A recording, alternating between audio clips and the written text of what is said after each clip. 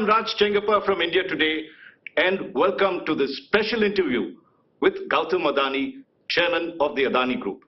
Gautam bhai, thank you for speaking to India Today. Thank you, Raj, for inviting me. I must say that the growth of the Adani Group has been truly astonishing.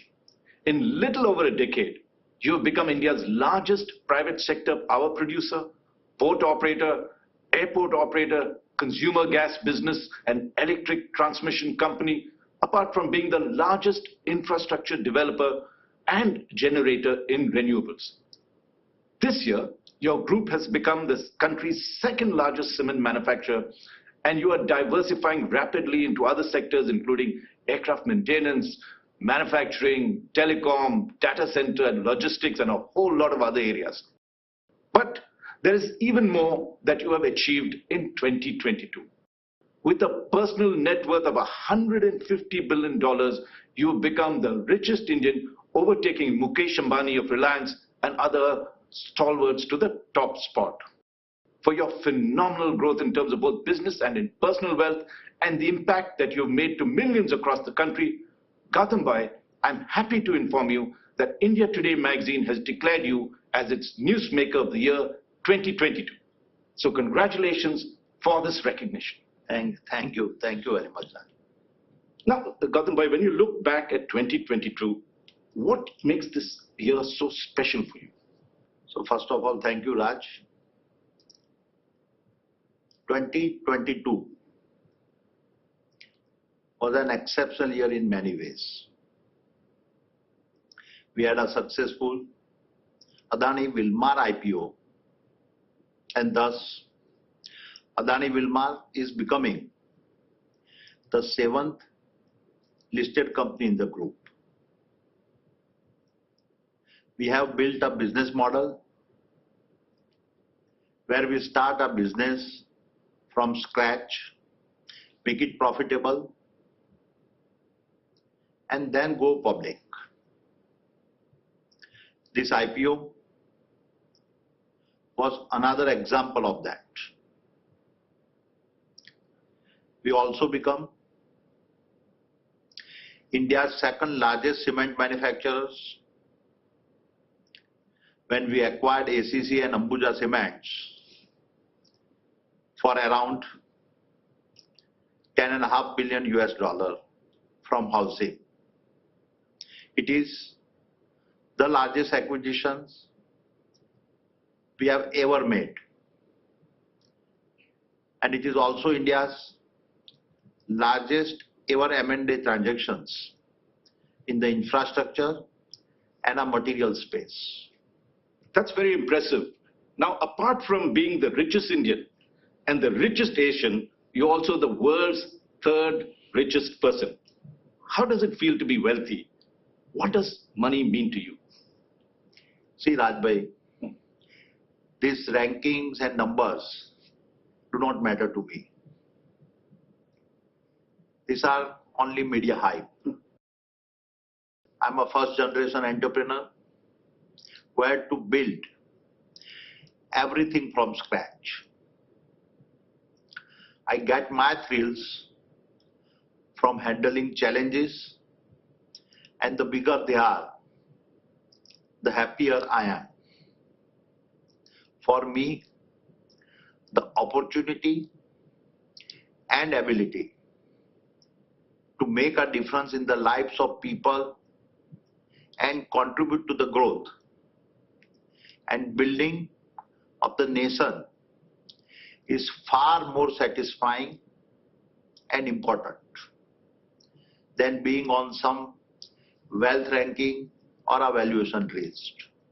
I'm thankful to God that He has given me a great opportunity to serve the nation through infrastructure building. Now, you talked of happiness. Can you add a little bit? Can you define what really makes you happy? Personally speaking,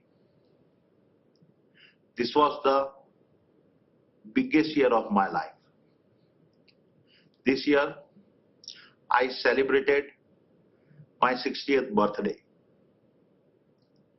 This personal milestone apart, on this occasion, my family committed rupees 60,000 crores to the Adani Foundations to support mainly three social causes which is close to my heart: education, healthcare and skill development, which are foundational for any nation. This has given me immense satisfactions and happiness, which no professional achievement can ever give. So Gautam, let's explore this further. What motivates you when you do business or in life itself? As an ordinary man,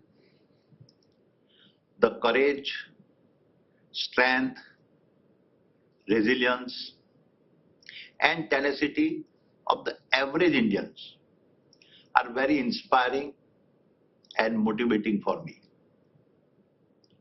To share with you, at the second edition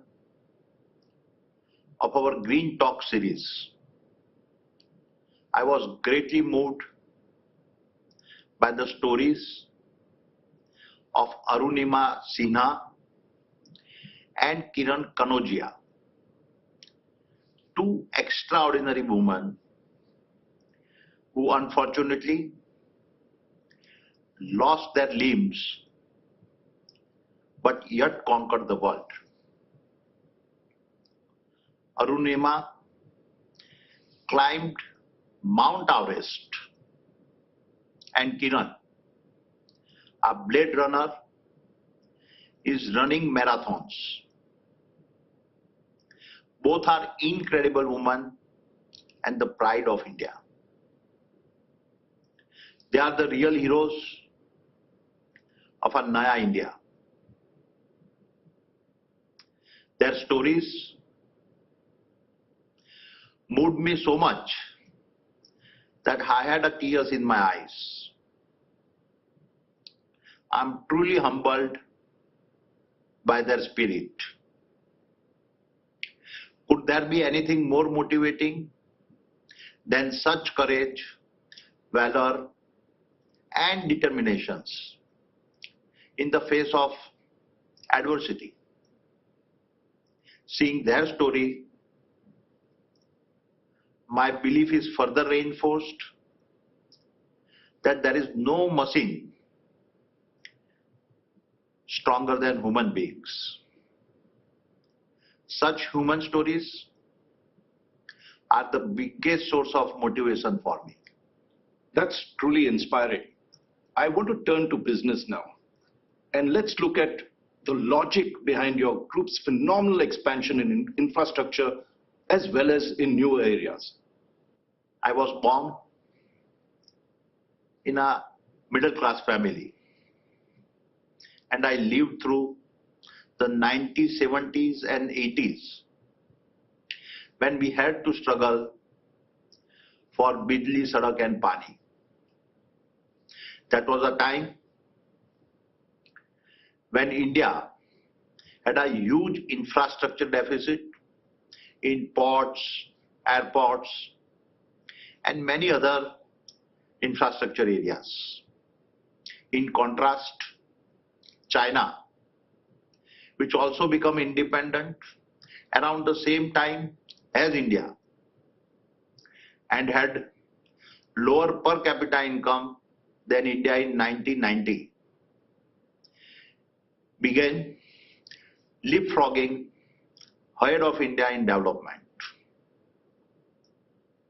All this issue instilled a huge desire in me to do whatever I could do to transform India, particularly in infrastructures, and make India stronger. Meanwhile, starting from 1991, policy changes created an enabling environment for the entry of the private sector in the infrastructure space. This is why I am determined to use every opportunity to build a world-class infrastructures and facilities for India and Indians. Gautam bhai, your phenomenal growth in the past decade has demonstrated that. What is your management style? What is your mantra for success? See, all our businesses are run by our professionals and competent CEOs. I do not interfere in their day-to-day functioning. My role is limited to formulating a strategy, capital allocations, and their performance review. It is for this reason that I have time to manage such a large and diverse organizations, but also incubate several new businesses and also look for new opportunities for acquisitions. Now, one of the new acquisitions that you've made is taking over the NDTV group. Now, would you follow the same principle of non-interference that you have demonstrated in your other group companies? And secondly, how would you ensure editorial independence? See, Raj, on our editorial independence, let me say categorically that NDTV will be a credible, independent, global network with a clear Lakshman Rekha between management and editorial. You can endlessly debate and interpret each and every word of what I am saying, as has been done by many. But my fundamental point is that the proof of the pudding is in the eating. So please allow us some time before you start judging us. We will do that, and we'll see the Lakshman Rekha that you've set between management and editorial, and whether that principle that you set will follow. But let us also look at another concern that has been raised by some of your critics, that the Adani Group is highly over-leveraged. It has a debt of close to 2 lakh crores. What gives you the confidence that you can maintain this debt and repay it? See, Raj, I must confess that I am greatly surprised by the conversations around our debt. We are financially very strong and secure. Such noises are coming mainly from two categories. The first category is of the people who are not doing deep diving to understand the detailed nuances of debt and finances of company. I'm sure if they make an effort to understand the financial statements, all the misgivings about debt will disappear. However, there is second category of people with a vested interest, deliberately creating confusion and misunderstanding to tarnish the reputation of the group.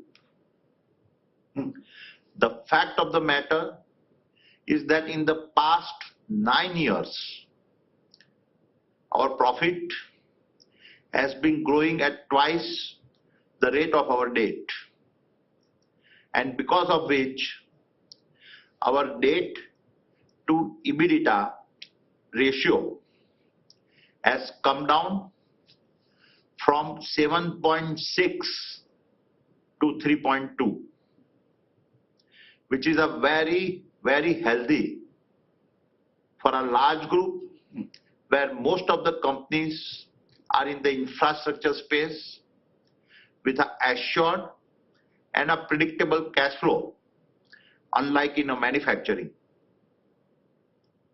It is for this reason that not only national but international rating agencies have rated us equivalent to India's sovereign rating. It is a matter of great pride for me that no other business group in India has as many companies as the Adani Group, which has sovereign ratings. Raj, you are well aware that rating agencies, and particularly the international ones, are a very conservative and stingy in giving rating, and they have a very, very rigorous and robust systems and processes of a financial analysis. To share with you, it is for this fundamental financial strength of our group that we were able to close the ACC and Ambuja cement deal of $10.5 billion in a record time in less than just 3 months. Now, I need to persist with this questioning because there are also concerns that banks, including public sector banks, have a huge exposure to Adani debt. How do you respond to such concerns? Raj, this is a good question. People raise concerns without verifying the facts. And the fact is, 9 years ago, out of our total debt, 86% was lending from Indian banks.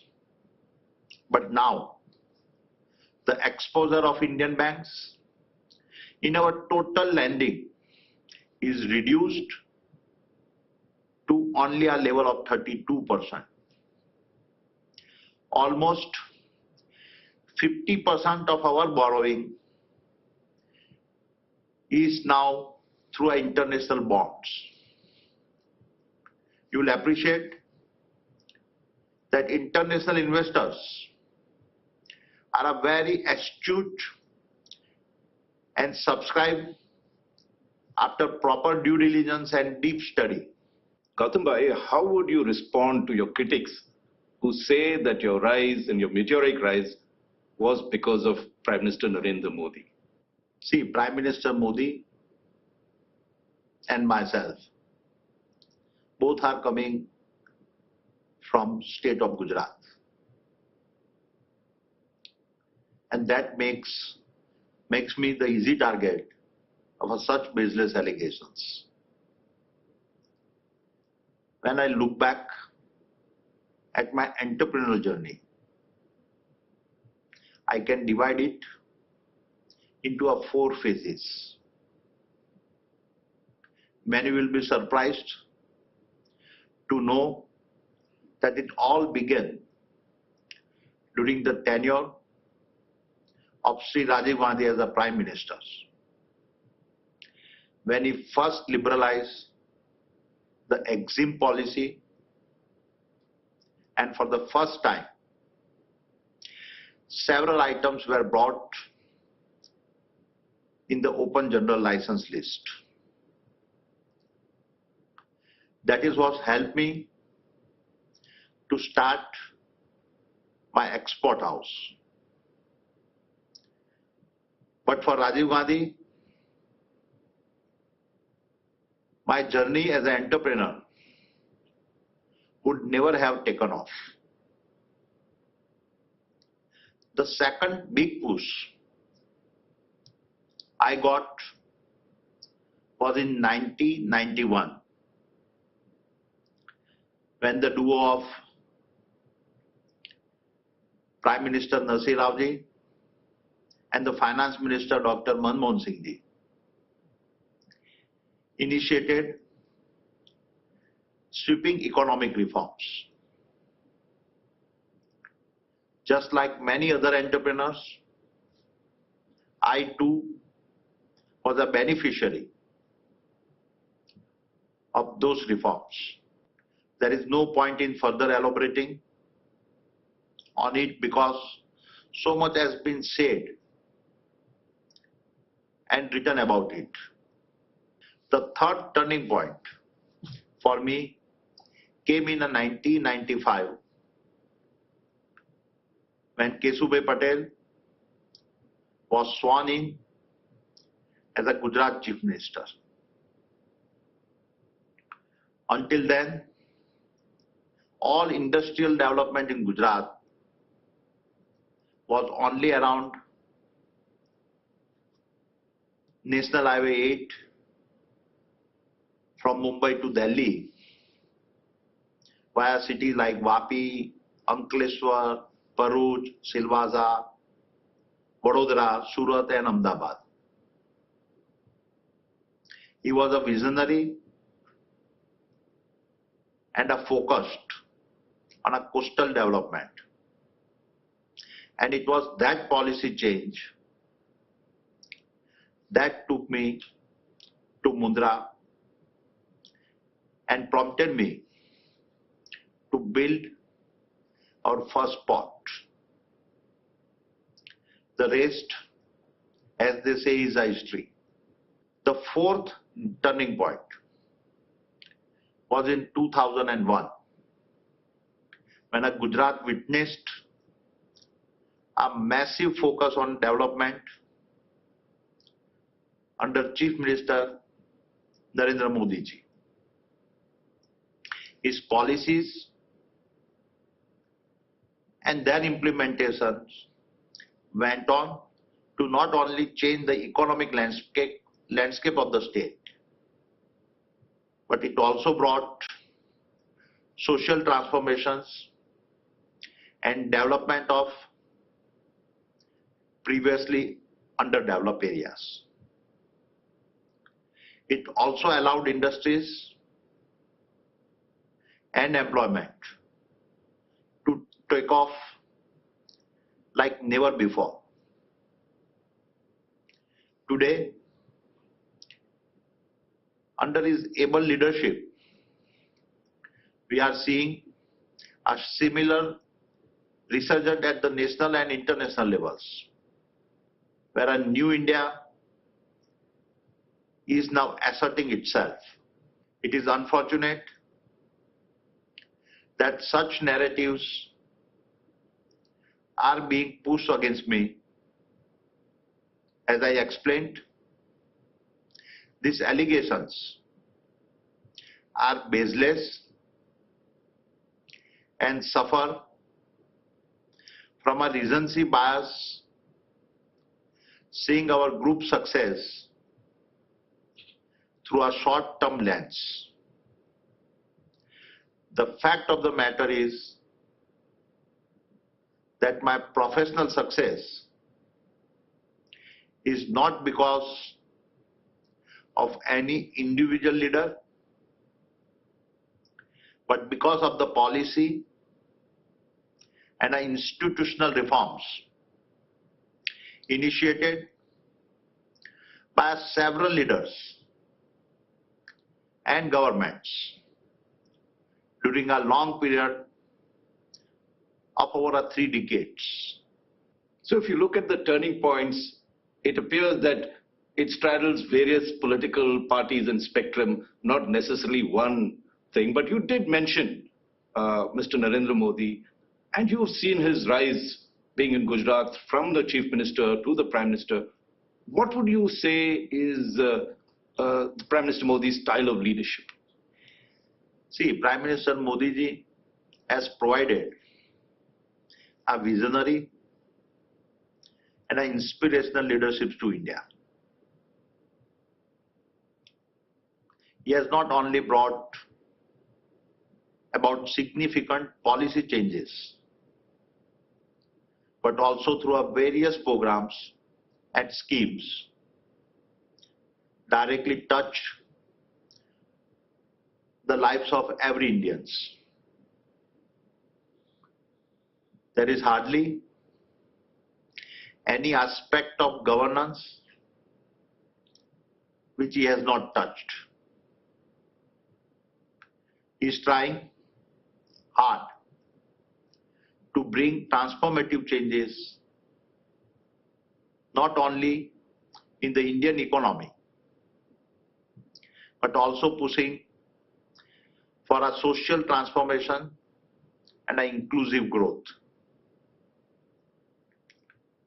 He has, through several innovative schemes and their effective implementations,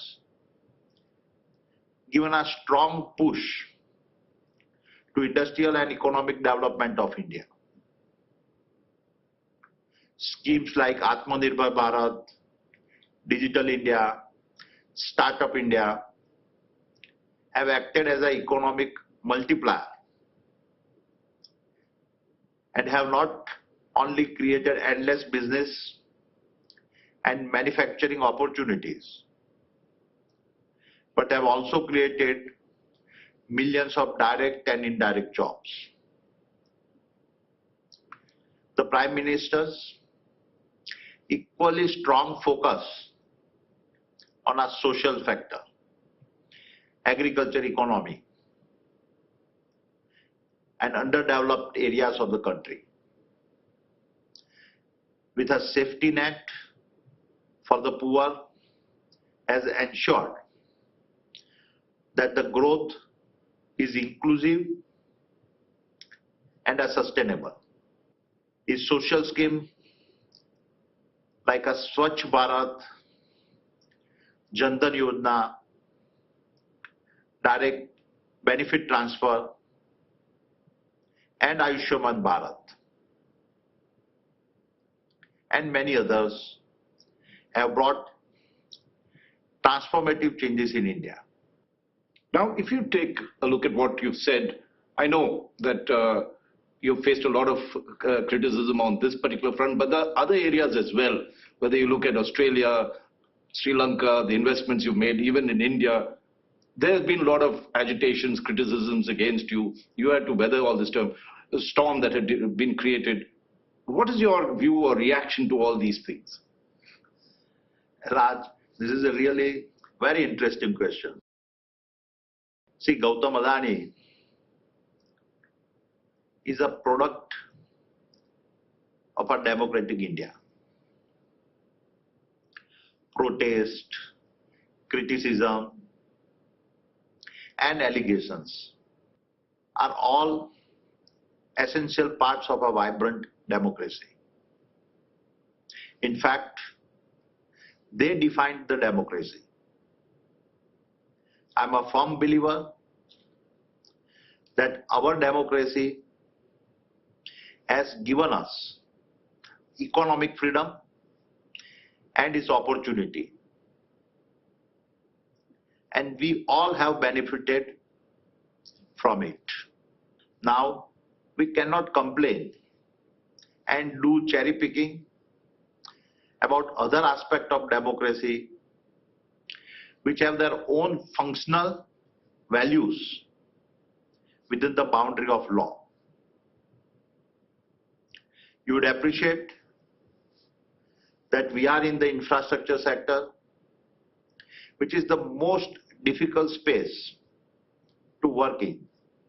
I have faced such challenges many times. I have a very open mind towards any criticisms. For me, the message has always been more important than the messenger. I always introspect and try to understand the other's point of view. I'm conscious that neither am I perfect, nor am I always right.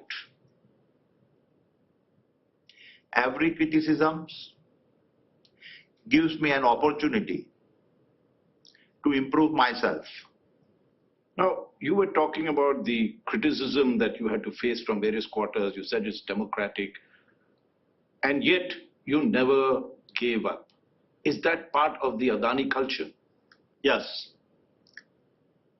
queuing up has never been a part of Adani's culture. Over the years, the group has developed a strong and professional team with an endless energy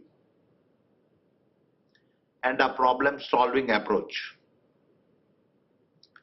We are always looking at solutions. Having honed my skills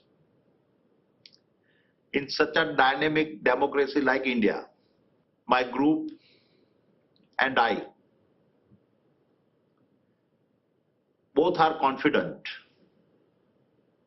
that we can deliver and do business in any part of the world. I have faced adversity and crisis from my childhood. Each of these occasions has taught me several valuable lessons and made me stronger. It is for this reason that I always tell my team, never waste a crisis. And may I add, you always seem to say, never waste an opportunity. And I see you're betting big on solar and green hydrogen. What makes you so confident that you'll make these units viable or the investments viable, given the fact that even in green hydrogen, there's several hurdles, whether it is in terms of the land availability, for the storage, the technology for green technology, including the fuel cells. What makes you so confident that these will work and you invested big in them? See, green energy is very close to my heart. And energy transitions is not only a huge business opportunity, but also a responsibility to our future generations. The government of India has brought a very attractive production-linked incentive scheme, which has made the green hydrogen business viable and attractive. In fact, I'm very confident that with this enabling support, we'll not only meet domestic demand, but soon become a green hydrogen exporters. Now, I know first generation entrepreneurs face difficulties. There is Dhirubhai Ambani that had to do that. You are a first generation entrepreneur. Who is your mentor? Who do you look up to? Dhirubhai Ambani is a source of inspiration for millions of entrepreneurs in India. He has shown how a humble man, without any backing or resources, and against all odds, can not only set up a world-class business group, but also leave a legacy. Being a first generation entrepreneur and having a humble beginning, I am deeply inspired by him. Now, switching topics a bit and coming more to looking at ahead and the reality, what is the state of the Indian economy and how do you see India's growth in the year ahead?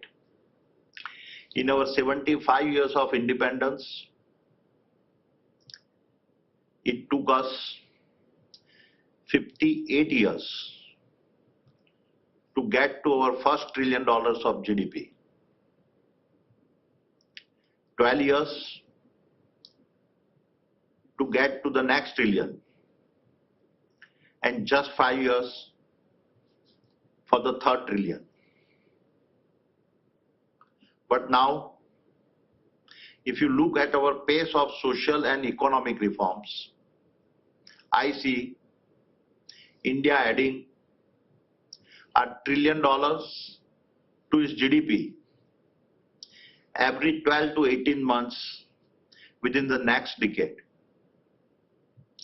I'm very optimistic about the growth and the prosperity of India. This optimism comes from the fact that in 2050, we'll have a young India of 1.6 billion people with a median age of 38. We'll also have the world's largest middle class population. This demographic dividend, combined with the largest middle class, will spur growth and prosperity in India and making it a $30 trillion economy. So clearly, this century belongs to India. I know we are running out of time, and this is my final question to you. Many experts think, and I'm wanting you to look ahead, many experts think that 2023 we may see a global recession. What is your views on that? See, Raj, I'm a born optimist and never lose hope. I recall that many pundits had painted a similar grim scenario for India during the 2008 global financial crisis. But India was successful in beating the predictions.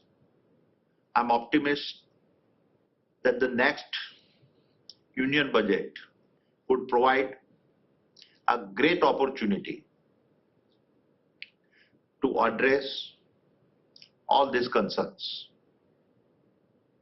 A strong focus on a capital expenditure, employment, spending on social infrastructure and social security will help in facing the global headwinds of its recessions, and India will emerge more stronger. On this optimistic note, Gautam bhai, thank you very much for this interview, and let us hope 2023 brings us a lot more joy, a lot more opportunities, and makes India greater. Thank you very much, and congratulations once again for being made India Today magazine's Newsmaker of the Year 2022. Thank you, Raj. Thank you for giving me this opportunity.